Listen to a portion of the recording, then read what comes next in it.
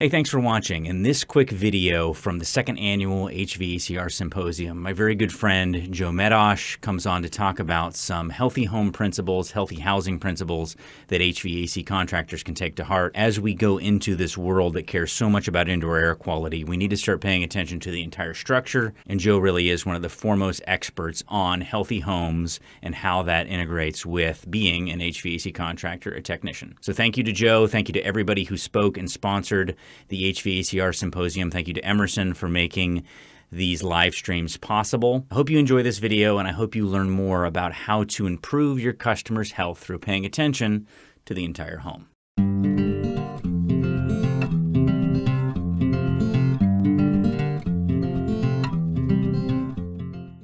This is a topic that is a challenge for this industry, and hopefully I will remind you as to why you are the main source for bringing healthy homes to your own homes and to everybody else's. So my name is Joe Medosch. I work for Hayward Score. I'm a healthy building scientist. That's a term I made it myself because if you're building a regular building scientist, it's not enough because you're not addressing ventilation, you're not addressing the chemicals or the other issues that are in those actual materials that people are building. So they're like, oh yeah, air and moisture flow. And I'm like, well, what about all the chemicals that are off-gassing from those issues that you actually ignored? So my goal is to talk about some of the opportunities that are there. So this is a brand new opportunity. So I'm going to say that I concluded my requirements because I completely changed my focus over the last couple of days. So BPI, if you're not familiar with BPI, Building Performance Institute, they have a variety of training and self-certifications as well as trained certifications. You may be familiar with them. They have a building science principles. You can just pay for the guide and take the test. There's no requirement or training. And this has been around for a long time. It's a fundamental training that's out there. And they just recently released this Healthy Housing Principles Reference Guide. This is going to change the industry. So it's one of the most fundamental things that's out there. I did bring mine with me. So this is it. If you want to know anything about healthy homes, it is in this book. All right? The book is probably around 129, 130 in that range. But it's a phenomenal resource. It's a reference guide. You can take the exam for another $100 or something, and you can just open book test. The HHP will be one of the newest challenges or requirements that I think is going to happen in the industry. All right, so it's built upon the HUD principles. They also now, for a variety of other programs, use this. Right, so there are 8 fundamentals. They're designed to be key terms or key words that you can actually use to communicate to yourself or to your clients or anybody.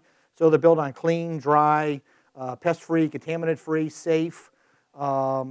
Ventilated, maintained. Ventilated is a crucial one, and making sure people are comfortable. You can see that the last several of them are all fit into things you do normally, okay?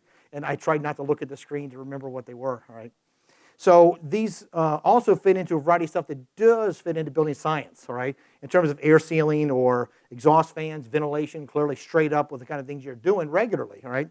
Homeowner repairs, the reason you're going out there is because they don't maintain their system. But these also fit into a variety of things that are healthy outcomes, reducing contaminants and pathways where people are breathing stuff that they shouldn't be. How well is the garage sealed from where their unit is and where they're living? All those things come into play. And many of these things might focus that you're actually doing these things regularly, or you're at least be able to be aware of what these things are. And I don't read my slides, just so you kind of picked up on that. And I only talk faster and faster as we go. So if you hear slowly, I will try to help you accommodate that, but maybe you can read quicker than I can talk, all right? Joseph Allen works for the Harvard T.H. Chain School of Health and Business Opportunities, okay? He's got a book out. These are his 9 foundations. Notice they're very similar to the foundations I just showed you a few minutes ago, which have been around for probably 30 years, all right? So here's the whole purpose of why I changed my entire premise to you, okay? He's been on the news. I don't know how you could have missed him. Anybody, if you do Twitter, you had to come across this guy. Facebook, whatever, he's on all the talk shows. He says that building engineers and facility managers are probably the one person or people that are actually able to manage your building, have greater impact on your health than your doctor. Right? It's a fundamental premise that the person who keeps track of the building actually determines whether or not people may be sick or healthy or missing days of work. All right? Huge statement that he kind of said, oh yeah, it's a pretty valid statement. Those who control mostly the heating and cooling system are probably the person who determines maybe sick days or other things that are happening with the environment you're in. Let's convert that. Joe Medosch says, that's me, all right, says that, hey, it's actually HVAC systems that are actually have a greater impact on health than your doctor. Anybody here know how to work on a system like that? You have the ability to work with your clients to determine whether or not they are healthy or have those kind of challenges. You think of it as they're comfortable, but comfort is only a side effect or an indirect condition that actually happens with trying to make sure that the system's working well. We'll talk about filtration and some other stuff you can do, and I'll try to avoid the shiny object stuff. We're doing a session tomorrow on sensors and devices that measure that kind of stuff, and some of the other shiny object stuff, ionizers and things that glow green. Okay, so this is a common thing here. I'm sure you're all getting your waters in, your meals, all right? Who can go the rest of the session without eating? Anybody? Can you do that? Hold on, no eating until I'm done, until lunch. Fair enough? Who can go without water until we have lunch? No water. I see you got some waters out there. You cannot drink water, okay? How long can you go without breathing? Can anybody go till the end of my session without breathing? How much do you breathe an hour? So we got 20 breaths an hour. All day, you got about 20,000. I kind of reduced that for a simple number. 20,000 breaths a day. From here on, you'll kind of get freaked out as to what's going down your lungs and into your body, all right? So this is your concept here. 10 by 10, a small swimming pool, 30,000 gallons every day, in and out, constant. We think so much about the food and our water, what's in our contaminated water, what's in we're eating, is it organic? We don't think about organic air. We don't think about any of that kind of stuff. It's all like we just accept it because we have so few choices, and we're constantly doing it. That we can't be like, oh, wait, I'm not going to breathe till I get home because this is a really bad place to be in, right? There's a prop over at Bergman's booth over there with TrueTech Tool stuff. I made that probably 6 or 7 years ago. It's about most homes have infiltration. They're leaking. That means the air that you're breathing is actually coming through the walls themselves, all right? So you're breathing whatever's inside those walls, as nasty as they may be. That's actually where your air comes from. I try and ask people, where do you think the air comes from? Like, yeah, it just kind of comes in, just from wherever. I'm like, yeah, it comes through your walls, from your attic, if you have crawl space. Not common here, but maybe those in our listening world out there have crawl spaces. But all those places are where the air comes from. And it's some nasty places where you actually get the air that you're breathing. So it's an exposure pathway is what you're trying to work on. We'll talk about what exposure pathways are in terms of an energy penalty, which also may actually impact the heating and cooling system you install. All right, so here's a nasty one, okay? So every day we shed this 7 million flakes per minute. Those of you that have been home for a while, this is a lot of stuff to fathom, okay? Is that when you look at some of the dust that we have in our house, 70 to 90% is composed of skin flakes. That's right. Those of you at home are probably now tuned out, like, what else have they got over there? Because this is getting kind of gross. So it's just part of life. So we're actually breathing this kind of stuff. But most of the dust that's probably in your house, if it doesn't come off of you, many times we bring it in. It's on our shoes, it's on your clothing, it's on your animals, it's on whatever. It's coming into the house, all right? So then it also has all kinds of metals and other nasty chemicals that are in that dust, and we're breathing it all the time, okay? This is about what we're breathing for the most part and how you can actually kind of help prevent what we're breathing. You may have seen this. This is from the EPA. They made this a nice slide probably decades ago. It shows a human hair, all right? And they talk about PM10, which is actually the size of particles. That's micron size, all right? And then they talk about PM2.5, which gets much further in. So they kind of, okay, here's a human hair, and we can get 5 of those across a hair, and we get 5 across that. So 25 of them will fit across a human hair of these PM2.5. You may be familiar with PM2.5. It's a common phrase. It's been around for a while, okay? There's a bunch of particulates in the air, but how small are they and how far do they go? And here's a little fine beach sand. Beach sand is probably pretty common out here somewhere. So let's talk about the sizes, though. Let me sort this stuff out and see what we can't do about making this make more sense. So here's my PM10, right? And what I do is I have a prop that's going to simulate what goes through our body and where it goes, okay? So we got the human hair, all right? Blood cells, I don't really deal with the blood cells. People kind of get freaked out by that. But I do have a 5.0 micron size. I got a 2.5. I got a 1. Things that are bacteria are in this range, and I got a 0.3. Okay, so I got this little breath of air that we have here is full of all of our little stuff, right? And I have a human hair. This is based upon scaling things up 15,000 times. Let's see what my next slide is. There we go. Okay, so here's my little, the things I got that are actually pretty close to the same scale we needed, all right? Quantity matters, okay? So this is my human hair that we're going to come back to, all right? So in this one breath, you take a particle counter and it beams up and it says, okay, I'm counting all the particles in different sizes. So in general, in an average breath, there's 20,000 PM10s, all right? Down here, we're at 7.5 million of super small particles. Most of these are way beyond what you can see anyway. These are the kind of things you're experiencing when you're sitting in traffic. That's from exhaust from cars, wildfire smoke, all those kind of things are just super fine. You think of them as a mist because they're just that fine. So you can see how much are we actually breathing in one breath. So in a day, 20,000 breaths a day, this is the trillions of numbers that you're actually getting of these kind of particles that we're breathing. Our body does a great job of actually saying, hey, I can do something with that stuff. Even though it's very nasty and has significant health impacts, we usually overcome it. So in general, I had to make these things bigger. So I made them 15,000 times larger. So here's my human hair, 15,000. One of my hairs, I have thin hair, right? So it's kind of, this is only a thin hair. There's a thicker hair, which is even larger, thin hair. We've got our PM10s. We got our 0.5s. All those things I'm going to put in here, and I'm going to mix them and see what happens, just so you get the visual. My goal is you get a visual as to how stuff moves through your lungs and your body. And by the way, this is Merv, right? He's Merv 13, all right? If he was an average person, we would be 14.5 miles tall. So this kind of puts you in perspective as to how big we are and how large we've gone to, right? So I adjusted this number, so we actually end up with one of these PM10s, and you can see 3, 12, 30, 50, all the way down, all right? All right, so I'm going to pull, here's our loud moment for the mic thing. So if I dump all this stuff in, right, here's our normal breath. We're like, okay, what do you got? I got all this stuff that happens. We breathe, we're moving around.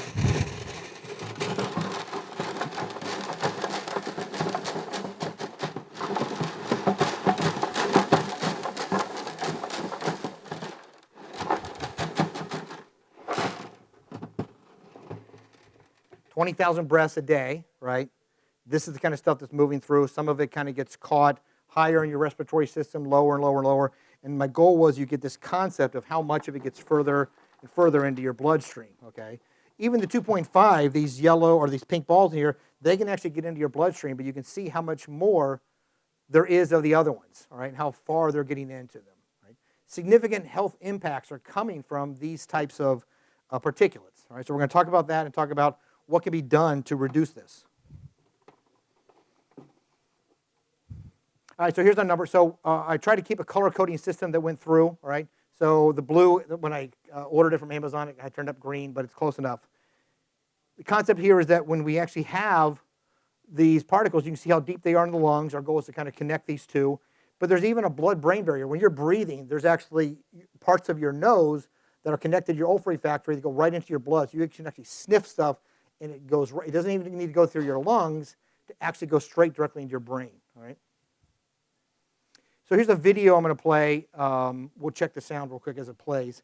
But it's a great thing I found that shows how these things move, a little more realistic graphic, and what they actually do to your blood.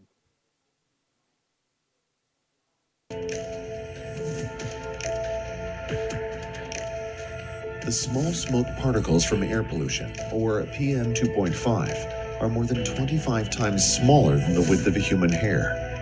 As air is inhaled, particles enter the body through the nose and mouth.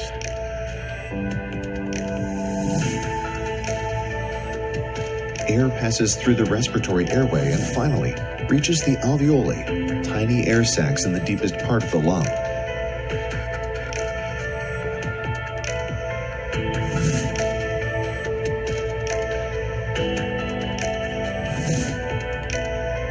The smallest of the particles that enter the lungs diffuse through the walls of the alveoli into the bloodstream, where they are transported to all organs of the body, where they can affect normal function. Critical organs affected include the lungs, immune system, heart, and developing brain. So yeah, clearly it was a longer video, and I decided to cut it short because there's only so much time I can actually give to that. But there are direct impacts where it's clearly when we know stuff's in our blood, it's going to impact our brain, the immune system, the heart, all those. But we're learning a lot about many people are having heart conditions, and one of the things they're attributing it to is actually having particulate matter that they're exposed to, and high of it. We're kind of lucky that in America it's not a major significant impact, right? But there's other parts of the world, India, China, other developing countries where this is something that is serious and something that people have to wear masks all the time, not because of any kind of a reaction to a pandemic, but because they have so much particulate dust, and it actually is something you can actually see it in the road. It's so challenging.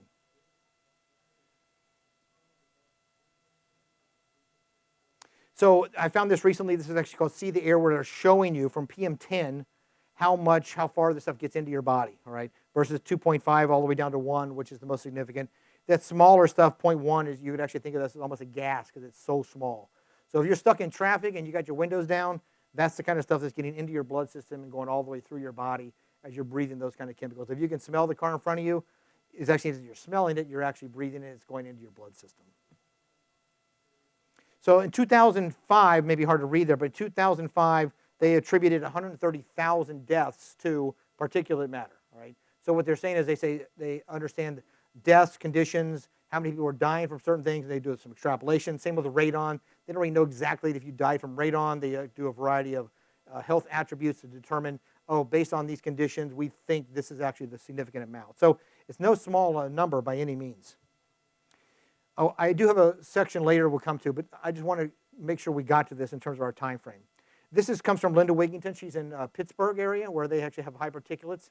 They're one of the few places in the country where opening your windows is not a good thing for part of the year because they actually have more particulates and more issues. If you really want to learn more about particulate studies, or you can be considered something she does, she actually has this whole series of diagnostic tools that they give to a bunch of people. Usually it's locally, but she does reach out across the country. And they send you all these, and you have them for a month. And they actually keep track of what's going on in your house, what you could do. So they learned that by, maybe you guys are familiar with these kind of units. Ariel, you guys familiar with this? Some looks familiar. Right. So the concept here is that clearly this filter is only working down here, right? Kind of a real challenge. Here we actually have a beautiful flow, low static, super low static pressure. And now my filter's going straight across, and I can now use that entire area to catch all that, right? They were able to change the motors out, and they run those 24/7 all the time. It costs around $11, $12 a month. And here's the stats that come from that. So what they did was they showed, this is the roamer was in the bedroom. So they have outdoor, indoor. Orange is bad, red is very bad, okay? So before they had this, they put these systems in, and then they end up realizing that, my remote's giving me problems here. So afterwards, you can see everything's turning green, but outdoors is still bad. Significant reduction in particle matter, all the stuff we're breathing, all the stuff that's causing health issues. I have a bunch of stuff that reminds us that this is bad stuff for you, okay? Oh, I did my prop. Okay, we did that early. Okay, great. We did the prop. You guys met Merv. Merv 13 was earlier. You guys, who here is actually installing and checking static? It's okay to say, with your system. So you're saying, okay, I'm going to put a higher static, higher Merv rating in, and I confirm that this system was designed for that. Because you know your clients are out there buying these things, and they're only like stressing out their system in general. They think it's a good thing to do, and they don't really know that. So as my son says, something's going to kill you, Dad. Why do you keep going on and on about this stuff? I'm like, it pays the bills, dude. So you need to just roll with it, and it's how it goes. All of these things that we referred to in terms of particulate matter are from outside. You saw that thing earlier about 130,000 deaths. That's from, they say, outdoors, but you're inhaling it or you're interacting with it indoors. We spend 90% of our time, even with or without COVID, inside for the most part. That's either your car, your work, or your home. You're probably at home around 80% of the time, and half of that you're in your bedroom. So the focus here was that, okay, we can establish, EPA says, I can tell you how your air outside should or shouldn't be. I can regulate that, and I can tell you if it's good, bad. There's so many apps out there that do this. You can go to so many sites that tell this. And this is a Blue Air. This is actually something you can actually get at your own house, or it's a free source to say, hey, I want to find out what's going on near me. You go to blueair.com, and it'll find these particulate matter maps near you. You can say, oh, what's happening? Especially if there's some kind of wildfire conditions, right? So now we take this outside rating, and we had to figure out how do we interpret it with inside. So people do it. They kind of do it a little strange. I'm doing a session tomorrow with Caleb about indoor air quality monitors and sensors, and they say, okay, let's help you figure this out. But it's a little challenging. So here's one standard. It does a pretty good job of trying to tell us what our PM 2.5, it's kind of a standard number. We talked about 0.5 and 0.3. It's hard to measure those things or measure them consistently. So, but these are some of the standards that actually are working for commercial buildings and commercial properties to determine if they are actually having good health outcomes. I mentioned Joseph Allen earlier. His book actually does a great job of saying, you know what, if you own your building and you have a business in this building, mostly dealing with commercial and kind of high-rise or business opportunities, and you control the environment, and you make these optimum numbers towards the bottom, there are documented health benefits for your employees, reduce missed days, There is an increase in efficiency. Cognitive abilities go up. There's a variety of win-wins, including energy goes down. So for those who really want to invest in their employees, they should be investing in the facilities that they're in. All those are a great turnaround, and he actually documents it in the book. Well, here's the real numbers. So temperature and humidity, carbon monoxide, clearly we understand that is an issue, but you can see where some of these are. Carbon dioxide is a great thing for ventilation. Mostly we're focused around particulates because this can make you dizzy, can make you not feel so well. TVOCs, they are a challenge because I don't know what the heck it is. It could be that guy in the middle in the back is cologne. It could be these tablecloths. It could be who knows what. All these other chemicals that are in this room. It's hard to figure out what it is. This I can actually measure and be, you know what? These are particulates. This is carbon dioxide. I can focus on those and actually try and reduce those. This I can dilute it, but it's hard to know what exactly caused those issues. Okay, so we have some air leakage, all right? We have all this stuff around us. Remember we talked about we're regulating and keeping track of what's happening outside. EPA says these numbers are what you should strive for, and your community should be activating those and let you know if they actually get high. Those indoor days where you should stay home, high ozone, high particulates, all right?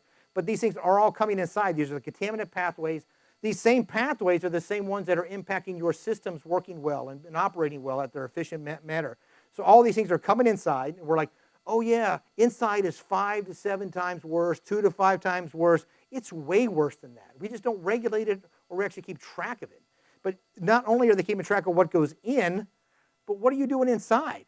Inside, you're showering, you're cooking, you're bathing. Cooking is just one nasty condition in your house. If you saw the things that show up on your charts when cooking, you'd be like, you probably would be depressed about the numbers that are happening when you cook. So your meal, like, oh yeah, I love that meal, and you find out, no, all the particulates come from all that bacon and all that stuff we love to cook. So all these things are impacting the people as well. As remember we talked about earlier, how much are you shedding? Really? Anybody remember? 7 million? Yeah, right. Yeah, right. A whole lot of stuff. Right? They're all shedding, not just one of you. And all these things are actually happening. When this stuff gets inside, it doesn't just kind of like roam around or fall to the floor. It sticks to whatever it can. All right? It sticks to the walls, the ceiling, the carpets, your clothing, your furniture. And then it kind of hangs out there until something triggers it to release itself. All right? Vacuuming with a really good vacuum is very beneficial. Vacuuming with a bad vacuum only takes all that stuff that kind of it's settled. Your carpet works kind of as a filter and says, okay, thanks for stirring it up. Boom. It can stay in the air for sometimes 2 to 3 days, sometimes a week. These small little red particles, they can be suspended for days, okay? Yes, so yeah, all this stuff, you're like, man, I'm not going home anymore. We should all move back outside and live outside. No issues with that. So I am COVID. Maybe you guys have heard of me this year. I'm the guy who's been causing all the problems. I try not to make it public because I want to live in peace, but I have been COVID, all right? I just was kind of looking for a popularity issue. I didn't realize how popular it would be. But in the upside of the down is that everybody you're talking to is hyper aware of their home. You probably are more hyper aware of your home than you've ever been. If you got kids, you're very aware of how small your house suddenly became. Your clients are now hyper aware of their home. They understand what it means to have not so good fresh air. They understand what it means to not be comfortable or to have nowhere to go anymore or wish that their living room was more comfortable or their whole home just felt better. These are the things that would turn your box change out into a $12,000, $30,000 upgrade of making their home much more comfortable. There's a lot of studies that happened before COVID about this. This is actually another study that was a joint study with Harvard and a variety of other folks, and they were showing the amount of people that are very in tune with making sure their house has healthier components, all right?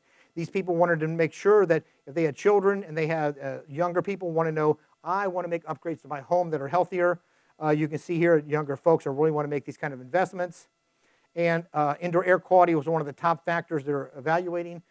Pests and water quality, again, all these things are about being not just comfortable, but actually living healthier environments.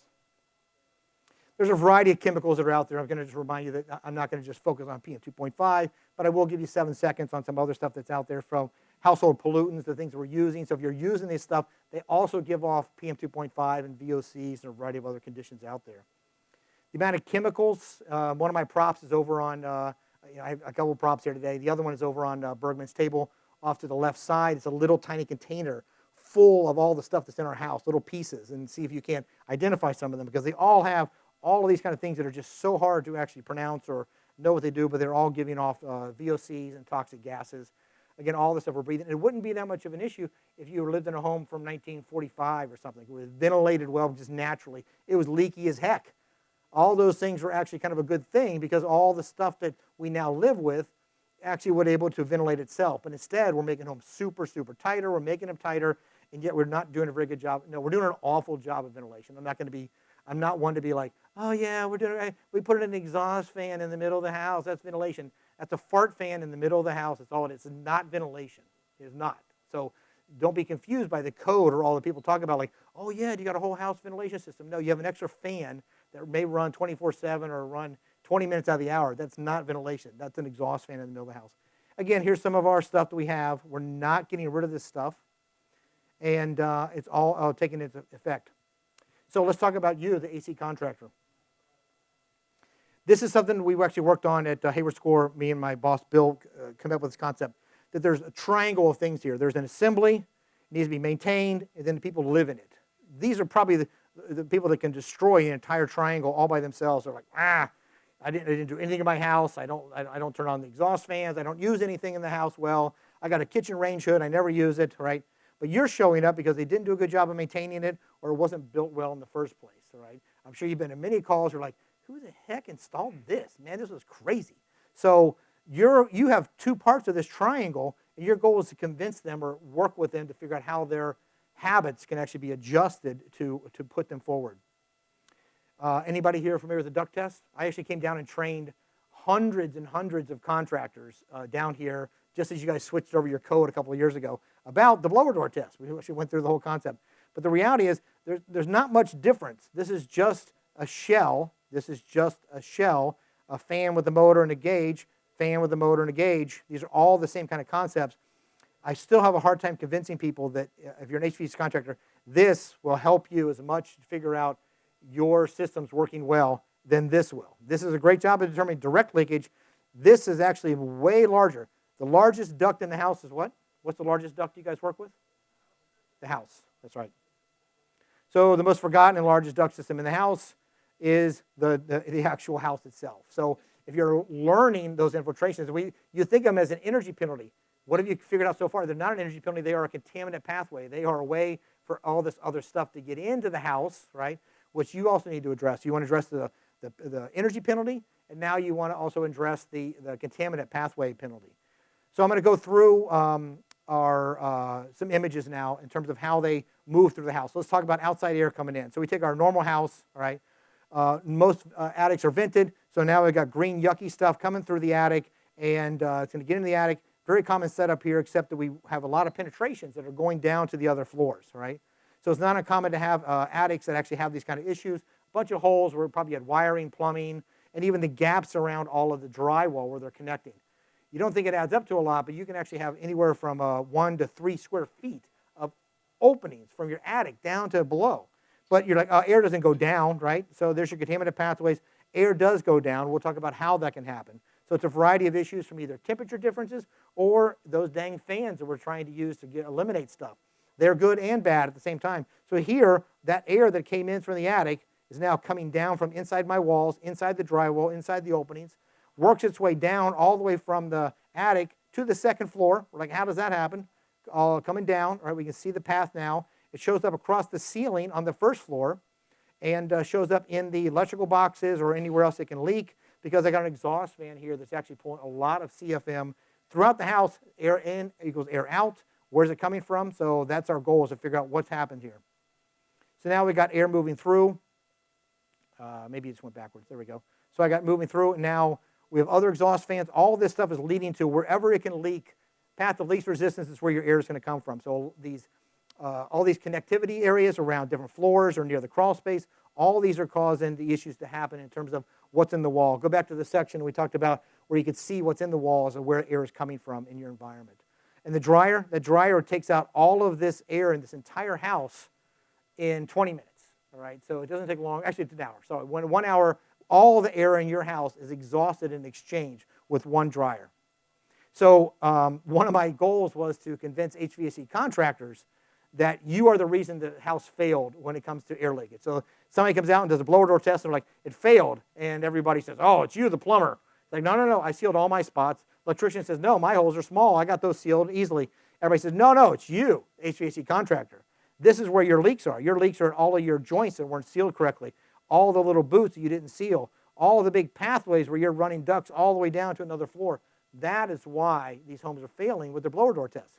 So I say, hey, you guys need to go get something. Like the guy says, hey, we failed. You need to run over there while the blower door guy is still there and say, hey, just a second, I want to see what's going on. You get out your pressure pan while the blower door is going. Sorry, one both ways. You get out a pressure pan, which means it could measure the pressure through these openings while the blower door is on. So it says, okay, blower door is on. Pressure comes through, goes out here. If all of these are well sealed, you're not the problem. Go back to the plumber. Go back to the poor construction. That's your goal, is to be like, it wasn't me, or they're going to prove that it was you, and then you're in trouble because you got to go back and find all these leaks. And there's simple ways you can actually do to measure this in terms of a simple gauge while the blower door is going and find out where those leaks actually are. We on time? We're okay on time? What time we end? Okay, let me know when we have 10 minutes. Give me 10 minutes, okay. So one of the things I also focus on is that you have duct leakage. It is a driver for infiltration, all right? So one of these that can happen is if I have supply leakage, return leakage, let me go back.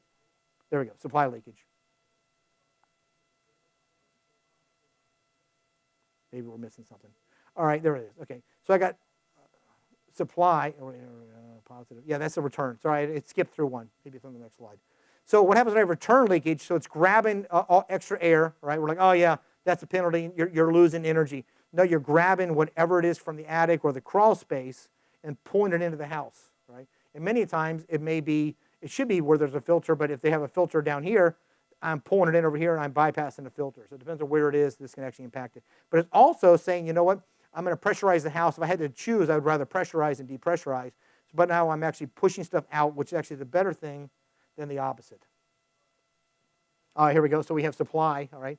So supply, so I'm saying, oh, I'm losing air. You're losing energy, but you're actually grabbing stuff through the envelope. Again, back to what am I breathing? Where's it coming from? When you have significant supply leakage, all right, I'm losing air there. Each of the arrows is equivalent to, say, 1,000 CFM. Air has to come back in from some other place, right? So, I mean, I'm pulling air in from the envelope, the crawl space, or the attic has to come in to make sure that motor meets its demands. One of the challenges is that, you know, this supply, if there was a hot water tank sitting here in the middle that had a direct draft, that draft is probably the least restricted pathway. That's the most fastest place where air can come in, is right down the vent for a hot water tank. So you go out there and you're like, oh my God, I found this huge return leak and I sealed up all your returns. Your returns are super tight now. But that means now the dominant leakage is now their supply. So you could actually alter backdrafting in a house if you're not careful with finding that big large return. Said, oh, I fixed, your return was completely separated. I fixed that. Now it's super tight, but yet your supply leakage wasn't addressed because you really didn't see that be that significant. Okay, so the big ass fan, all right, that's actually a company. I worked for Retrotech and they made us change we weren't allowed to call things big ass fans because they're like, we own that term, you can't use that term. Like, okay. I'll move this kind of quickly. So there's a variety of ventilation, air conditioning stuff. I found this company down in, when I was in Atlanta, right? They took a letter out. They're like, we don't do ventilation. So they just thought that it would just be, you know, you call them a hack, but really you're focused on what you do. If you don't do ventilation, take it out of your name. In fact, I try to convince people in my industry, don't call you guys HVAC contractors. Most people don't do the V. Just call them heating and air conditioning contractors. Or Brian refers you guys as air conditioning contractors. That's okay. It's not a knock. It's the fact most people show up and they're like, yeah, we don't do that. So, or we don't address those kind of challenges, which is one of the places where you actually can increase the amount of money you're making there. So it isn't fresh air, it's actually outside air. When people say it's fresh air, it's just so you can make your clients feel better. But if your neighbor's burning leaves or Lord knows what they're doing, and that is not fresh air, but that's where you're getting your air from and your neighbor, it's just outside air. It's a better term in the industry, it's called outside air. Oops. So ventilation is headed towards a really advanced stage right now. It's very kind of exciting. So you can get balanced ventilation, an ERV, right? Or you can actually get now an exhaust fan and a supply fan that actually talk to each other and can work together directly. Okay, they're like, okay, I don't need to do this entire duct system or integrate with my other duct system. I can actually just use 2 fans or multiple fans to say, exhaust out, supply in. Exhaust out, supply in. Very simple concept that's headed for the industry. The next one is smart ventilation, where you don't even need to realize it's happening in your home. It's just able to work by itself. It knows the occupancy because it's able to do carbon dioxide. It understands your rhythms, your patterns. If you got pets, it may want to ventilate more because they give off a lot of carbon dioxide. But ultimately, we're going to be headed here. This is probably, I'd say, 5 years away before this is super common in most new homes, that it's just a ventilation strategy. It isn't like one big system. It's multiple little systems that are able to work well with each other. When your exhaust fan goes on in your kitchen, there's a supply vent that's working on and providing fresh air someplace else. So why is this such an obstacle? I'm still confused as to why the balance part is still a challenge. Again, we're still doing fart fans and calling it ventilation. Here's why it's so complicated, is I actually did a whole thing about, like, here's all the different strategies you could do for ventilation simplified. It went from a fan to adding a variety of stuff, to a switch, to ambient sensors and outdoor sensors, and people, and whether it comes on or not, and add fans in the window. And then just as you got your system all set up, you're like, you know what, God, Mr. Homeowner, I'm so glad you went out and spent $12,000. We put another 3 in there. We have $15,000. Your system is phenomenal. This is the best air you could probably have in any house. You go on vacation, and the system has a glitch. And this other guy shows up and be like, what the hell's going on here, man? Your guy was an idiot. No, I'm going to redo this whole thing for you. No, I'll fix it. Yeah, right. So it is, without question, by far the most complicated thing in a home is what you guys do. It is seriously close to as complicated as what a car does. I don't know how many of you guys still work on your own cars. If you are, I'm impressed, because that's a lost art anymore. You know, get something from the 80s or before, you probably could do something. Open the engine and be like, here's all the parts. Now that's gone. You need a computer and a whole bunch of other stuff to do that. This is where you're headed. The guy with, you know, a truck and whatever, this is way beyond their ability to figure this stuff out. It is there, and it is achievable. There's a variety of resources out there that help you get through how simple ventilation can be, or your systems. That's why Bergman is, you know, one of my good friends and a god, because he tries to simplify the challenges that go along with trying to know everything. All right, I'll go through real quick on some of the studies that are out there. I tried to put this at the end in case we ran out of time. I've lost track of time. Anybody know what we're doing, or when should we be ending? All right, so here's one of the stats I found. So this is most of everything. I'm not the only one trying to convince you that particulates are the issue, and that you are the only contractor that can actually resolve particulates in somebody's home that come from outside, inside, whatever they are. They are a major health risk, and they are the one thing that are a bonus for you to upgrade. Remember I showed you that one where they fixed the duct system? For the company that does it out there, it's a $500 to $700 upgrade. They show up, they talk about what's going on, and they go, we can do this today. Before they leave, they're swapping out that return. The only challenge is sometimes the hot water tank is too dang close. You're like, this is going to be a challenge, but and they can't do it. But otherwise, that's a in and out same day service that they actually do for somebody. So clearly, you can see that particulate pollution is even worse than smoking or alcohol. And clearly, whenever you're doing any of these, you still got this. It's not like you can eliminate this exactly. So you're always like, oh yeah, right. I have some problems. I'm smoking. I'm drinking. Oh, and I got particulates. Goddamn particulates are killing me. There's a lot of great studies out there. I'm going to give you the next slide as a summary. It's one of my favorite slides. This is from weatherization, folks. These are a bunch of studies that talked about what are we doing in homes. And this is actually just fundamentals. Air sealing, thermal upgrades, usually just adding insulation in the attic, all right? Sometimes in the wall if they're missing a lot of wall insulation. And a heating tune-up. This isn't even like revamping or upgrading their system, all right? So I'll read off some of these. So on this side, we are reducing through what they did, air sealing, thermal upgrades, and heating tune-up. They're reducing gases and particulates, all right? They're using less medications. Dampness is reduced. Mold is reduced. Risk of cancer is reduced. Arthritis, depression, energy bills, pollutants. Days off work and school have been reduced. Cardiovascular issues. All these have been reduced. These are all documented conditions that have been reduced from these simple measures that happen. Improvements. They're actually saving money. They have extra money in their pockets. General health, mental health, lower respiratory, upper respiratory, blood pressure. A variety of these medical conditions have all been improved by usually spending less than 10 grand in a house, because this is weatherization. They don't have a lot of money, but they're able to do some basic stuff with what they have the funds for. A lot of great studies out there. This is indoor chem. If you're really looking for something interesting, you'd be like, wow, that would be great if somebody took a house and measured every freaking thing in the house and then decided to use it as a normal house. So what they did was, the Sloan Foundation says here's a couple $1 million. We want to find out, what does bleach do when you also do something else, or when you're cooking. And then after you've cooked, with the particulates are still in the air, you decided to clean the kitchen. What does that do? How does those things get combined? So they spent the money on that. Cooking is clearly off the chart numbers when you cook, all right? Clearly, if you cook anything you're frying, the gases from the actual combustion combined with the particulates, this is how much is getting into your head airways. You can see the tracheal stuff gets kind of caught quickly. This is that deep part. This is the alveolar. This is actually going deep into your lungs. We talked about that with the video, how deep it goes. This is what they got here. So they got this house they've been using for a long time. And each university's get a little shed on the outside to test what's happening on the inside. And they do this like normal living stuff. So they're like, let's combine these two cleaners. Let's vacuum and then clean and do all this stuff that you would think are normal activities that we've never actually done a great job of studying, or what happens when people combine stuff. So there's a lot of great stuff from Healthy Indoors, IAQ Radio. Corbett Lunsford, I know, is a fan of what you guys are doing, or you'd be a fan of his. He's done a great job of documenting and doing video documentation of everything they're doing. It's all online. Here's just something to back it up. So EPA says that particulates are, what they are. Microns, 2.5, they're bad. We inhale them, they're bad.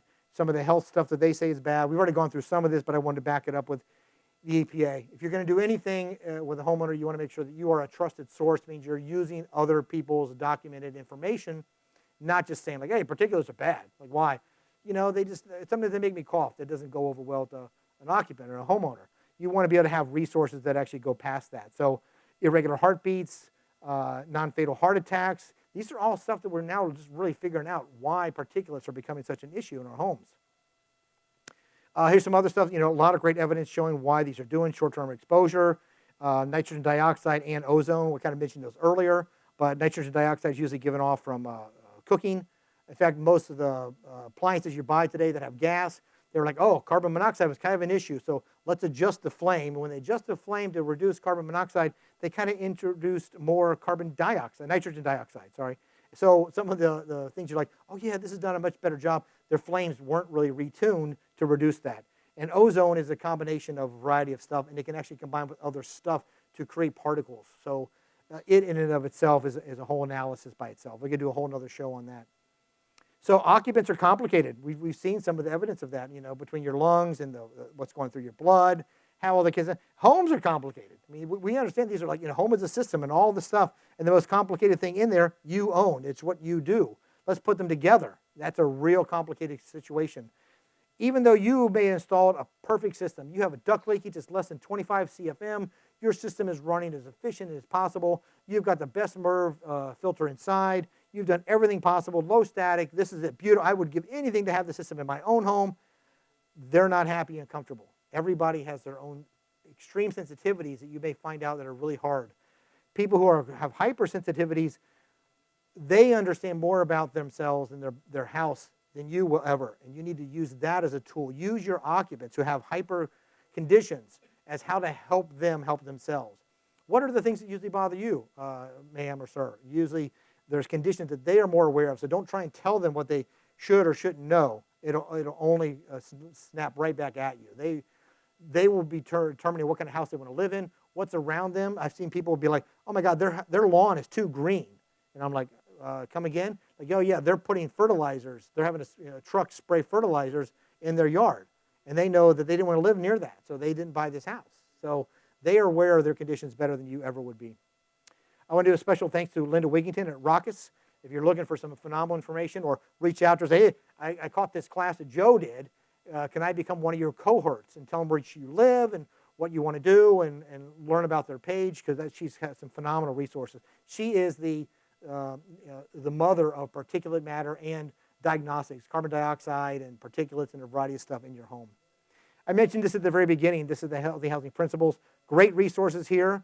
Not only what's in the book, but they have this whole thing online that's free. If you want to learn more about their references and seminars and things that are happening, an entire world is out there right there. This is one of my conclusion slides. So if you're not familiar with the indoor generation, I got the link here. Verlux makes this thing about tight homes are giving us some serious issues. And they make skylights and windows, right? Maybe you're familiar with aero barrier. Aero barrier is a mist similar to the duct seal that you actually put in ducts, right? But they actually now do it for the house. This can take any home and make it super tight. I mean, any home, super tight home. We already live in an indoor generation, so we have super tight homes, and we're in them all the time with more and more chemicals from our furniture and, shedding, all that kind of stuff. And what happens now is that we actually have this paranoia about exposure to stuff. So we're now cleaning like crazy. The amount of people that are calling all of these agencies about being poisoned or poisoning themselves or their kids is out of control, and we are still hyper cleaning. There's a variety of normal bacteria that we live with, and we are doing everything we can to kill everything in our sight and our touch. That will haunt us in 4 or 5 years, because when you kill one thing, it says, guess what? I can now come over and take over this environment. This is perfect. I'm so glad you did a thorough job of killing this stuff, because what's even worse will come in.